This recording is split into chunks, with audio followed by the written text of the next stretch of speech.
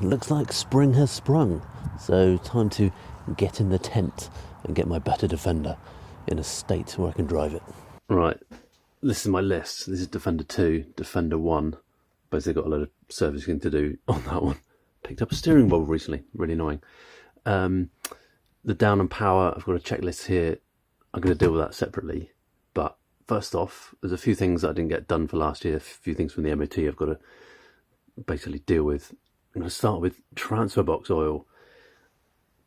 These pumps, I did a video a few years ago about why I think these pumps are great, the oil save pumps.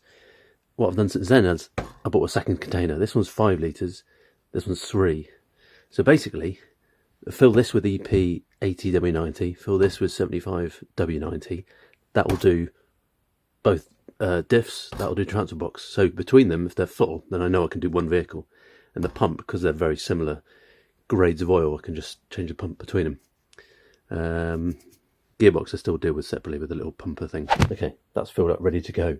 This is the oil that I've had left on the shelf. Interestingly, a couple of things, interesting things. Triple QX, this used to cost, I don't know, 30 quid. It's now 90 quid. So I've been looking at other options. I think I've bought some Comma oil for this. I've also used Westway lubricants in the past. And this is for the diff. And it's really interesting. There's an organisation I've recently found that I didn't know existed called VLS, Verification of Lubrication Standards. And they basically independently test oils in the UK to check that they meet specification. Westway Lubricants have got a number of non-conformities, shall we say, open for some of their oils, one of which was the 75W90 that I was thinking of buying to replace this. Basically, they've found to be non-conformant March last year. 6 months later, it's still found to be non-conformant. January this year, 2024, VLS are going to put in, or intending to put in, a complaint with Trading Standards that they're selling oil that doesn't meet the specification. I think it's only one kind of aspect of the specification doesn't meet, but nevertheless, it's made me lose kind of a bit of confidence and trust with this kind of oil that you can see on eBay. Another one they found a problem with was Granville, which you may have heard of. You see those on eBay as cheaper oils. So interesting to know that. I think I'll be checking out and paying attention to that in future. But it's always really difficult to know about oils. Fair enough, they say they meet the specification, but it's interesting to know that there's an independent testing body out there in the UK.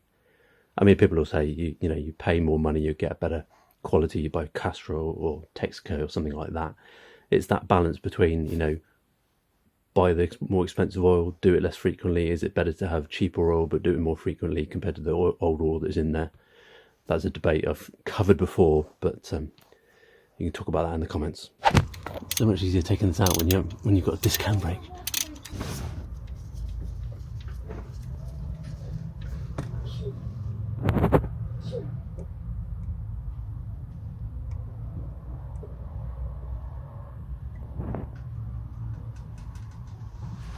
It's not too bad. I mean, to be honest, I've not driven it that much at all since the oil went in. Carry on.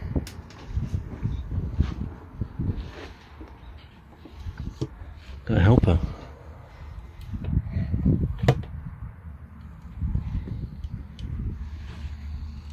It's child's play, really, isn't it?